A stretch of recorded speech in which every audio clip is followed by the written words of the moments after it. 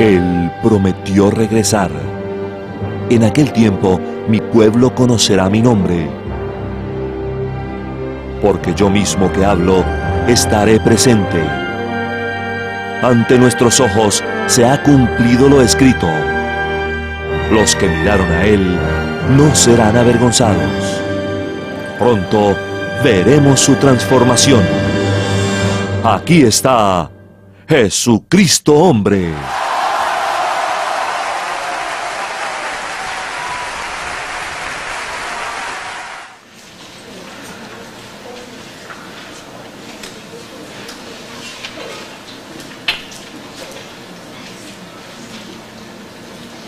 El tema del mensaje es viviendo en el siglo venidero.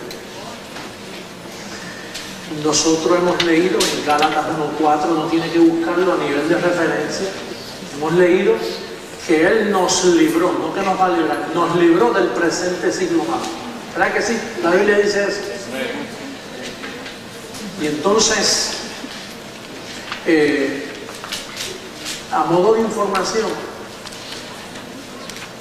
hace 1998 años que el mundo divide los tiempos así, antes de Cristo y después de Cristo. Así que está en la fecha, ¿verdad que sí? Después de Cristo van ¿cuánto? 1998 años. Pero antes de Cristo hubieron miles de años. Pero ese era el presente siglo malo, porque Moisés era quien encabezaba esos siglos. Por eso el salmista decía, por los siglos de los siglos, porque pasaron siglos y siglos y siglos, pero ese era el presente siglo malo. Número uno, porque el diablo estaba en pie, Satanás estaba vigente. Número dos, la ley estaba vigente acusando ministerio de muerte. La ley. El pecado estaba presente. Entonces vino el día grande de Jehová, así dicen los profetas, el día grande de Jehová se avecina. ¿Y cuál era el día grande de Jehová? Que cuando Dios se encarnó, fue a la cruz, resucitó de los muertos, destruyó al diablo, le dio fin a la ley y quitó el pecado del medio.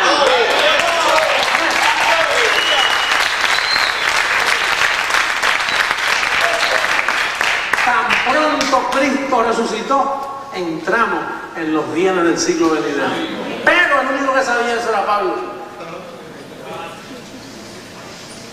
El único que sabía eso era Pablo.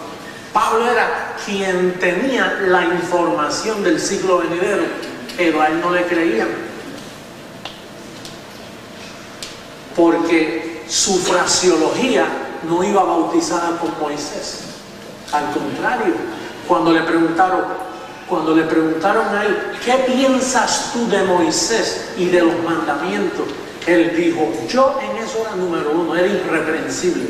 ¿Y ahora qué te ha pasado? Bueno, después que subí al paraíso y me dieron información, eso es un ministerio de muerte. Que tú te atreves a referirte así a Moisés, eso no es solo muerte, eso es maldición. Que tú hablas así de Moisés. Juan, Pedro, Santiago, miren lo que este hombre piensa de lo que nosotros amamos. Dicen, no solo es un ministerio de muerte, no solo es un ministerio de maldición, sino que lo tengo por estiércol. ¿Tú sabes lo que es estiércol? Esa palabra no se puede decir aquí. Eso es lo que despiden los animales después que comen. Sé que tú tienes eso por estiércol. Si ese es el presente siglo malo que Cristo nos acaba de librar en la cruz, ¿cómo tú vas a seguir con la ley? ¿Cómo vas a seguir guardando los rudimentos? ¿Cómo vas a seguir con Moisés? Si eso es exactamente a lo que Cristo vino a morir en la cruz del Calvario, para librarnos del pecado, para librarnos del diablo. Pero hubieron unos hombres muy perversos que Dios le llamó los príncipes de este mundo, que se opusieron a Pablo. A eso Pablo le llama el misterio de la iniquidad dentro de la iglesia. Nadie sabía. ¿Quién iba a pensar que los 11 apóstoles encabezaban el ministerio de la iniquidad?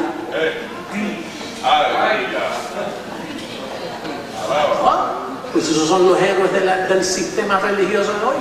Por eso es que ese sistema religioso vive todavía en el presente siglo humano.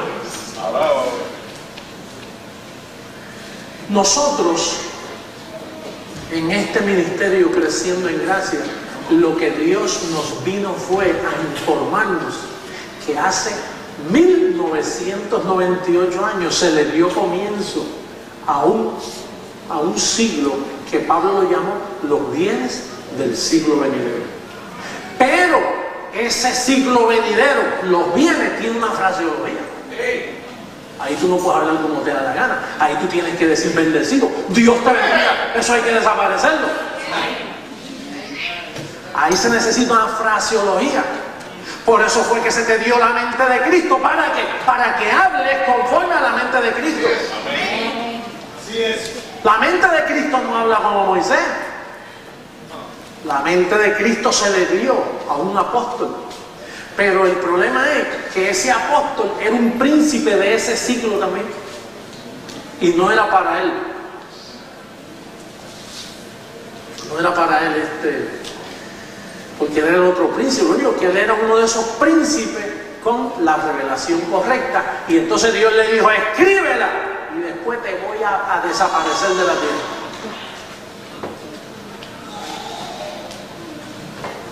Por eso es que son los bienes del siglo venidero. En aquel presente siglo, si fuéramos a hablar de 100 años, allí no iba a suceder nada. Juan duró 90, imagínate. Gracias, Fidelito. Juan duró 90 años. Y él fue uno de las cabecillas principales en que la fraseología del siglo venidero no se hablase. Entonces, nosotros fuimos librados de ese ciclo y entonces se nos mandó al siglo venidero. Oye este detalle, en los bienes del siglo venidero tú le sirves a Dios con la mente, no con el cuerpo, no con el vientre. Por eso es que Pablo dice, buena cosa es establecer el corazón, el espíritu, la mente, con la gracia, no con viandas que nunca aprovecharon a los que se ocuparon en ellas. Entonces, en este ciclo venidero, que hace 2000 años, nosotros estamos aprendiendo de él ahora, casi 2000 años pasaron, y ahora Dios, comenzando este nuevo milenio, nos está preparando mundialmente para cambiar el mundo, para juzgar al mundo. Entonces, aquí, en este ciclo venidero, tú no puedes meter una obra carnal, porque los ángeles te cortan, te ciegan. En este siglo venidero hay que servirle a Dios con la mente. Dijo el apóstol Pablo, dice, ahora yo le sirvo a Dios ¿con qué? Con la mente y con la carne a la ley del pecado. Porque aunque el pecado fue quitado, esto es lo único que le queda al pecado, esta carne.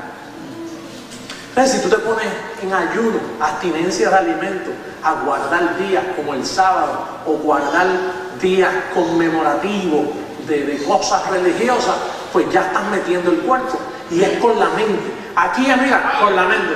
Esto es un pacto que Dios lo que quiere. Por eso es que dijo que los que iban a alabar tenían que hacerlo en espíritu y en verdad. Cristo dijo, los verdaderos adoradores, porque como él estaba cumpliendo el viejo pacto, en el viejo pacto se usa la palabra adoración, pero en el siglo venidero la adoración no cabe porque la adoración es del cuerpo. Entonces se usa la palabra alabanza. Tú fuiste predestinado para la gloria de su alabanza. Hello, ¿me están escuchando alrededor del mundo? Adoración no se usa, eso es una palabra corrompida. Adoración la usa el sistema que vive en el presente siglo humano.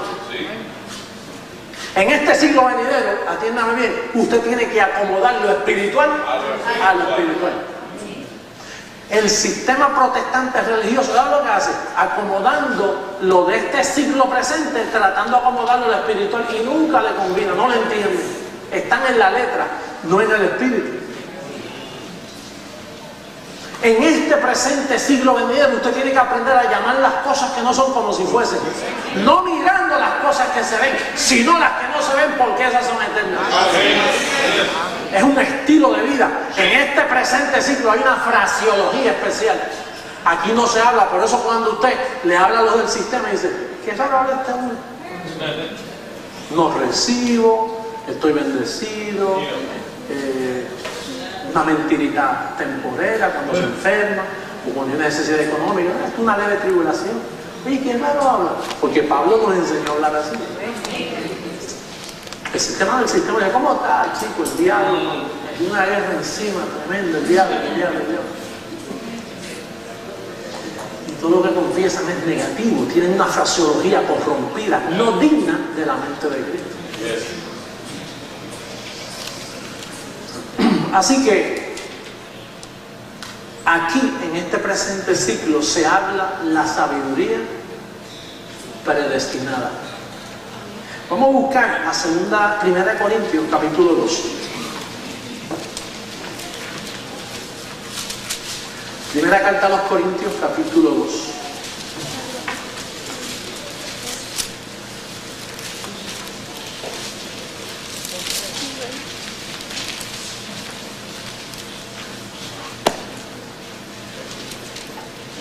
Mira el verso 5.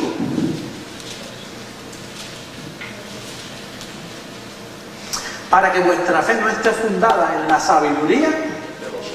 ¿Cuál es la sabiduría de los hombres? El presente ciclo malo donde nos libraron.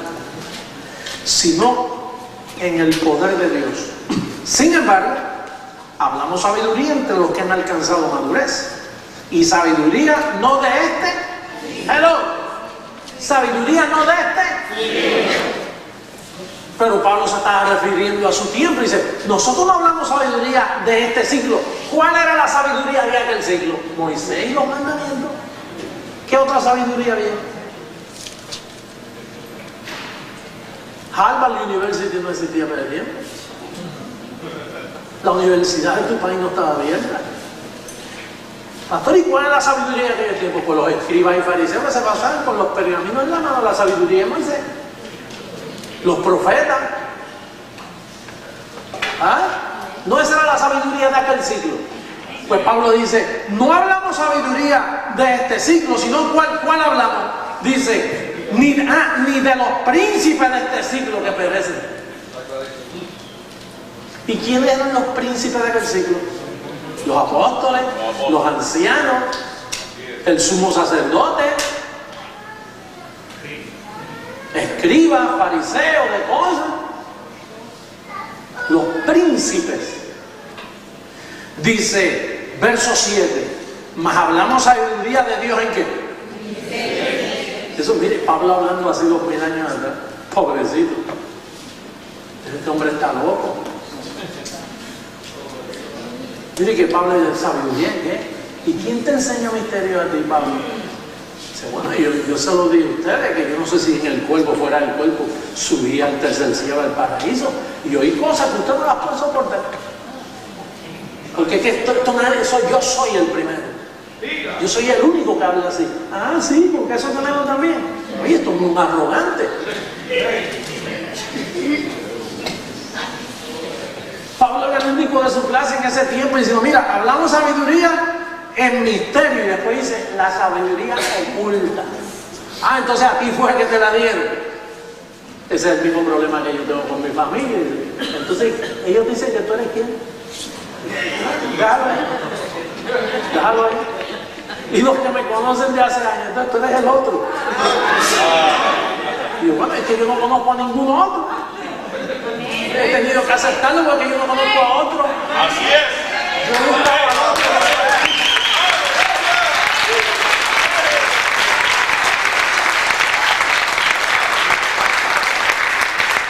Pablo estaba en el mismo conflicto, o sea, Pablo decía, mire, yo lo que hablo es sabiduría oculta. Entonces, ¿tú crees en el ocultismo, Pablo? Este es el verdadero ocultismo. La sabiduría, o algo oculto que nadie lo conoce, y tú lo conoces. Yo sí. Entonces nosotros no, Juan ni Pedro, que somos las autoridades aquí en Jerusalén, que andamos con Jesús 33 años. Entonces, entonces tú sí. Bueno, cada uno piense de sí con cordura, conforme a la medida de fe que Dios le da a cada uno. No piense más de sí, pero ¿qué tú quieres que yo haga, Pedrito? Pedro, Juan, San Jacobo, Santiago. Nosotros hablamos sabiduría en misterio, no la sabiduría que ustedes conocen. Fíjate que Cristo en los días de su carne no habló esta sabiduría. Al contrario, les dijo, tengo muchas cosas que deciros, pero ustedes no la van a poder soportar. Todos están preparados porque ustedes aman la sabiduría de la tierra. Y lo que yo traigo para acá es ocultismo. Lo que yo voy a revelar son misterios escondidos. Esta es la primera vez que esto se destapa, ¿sí? Esto es un destapón de olla. Entonces cuando usted destapa la olla y mira para adentro, pues lo que va a ver ahí en la olla no es muerte, es sabiduría predestinada. Por allá hay muerte en la olla, pero aquí no es muerte en la olla, aquí es vida en abundancia. Río de agua viva.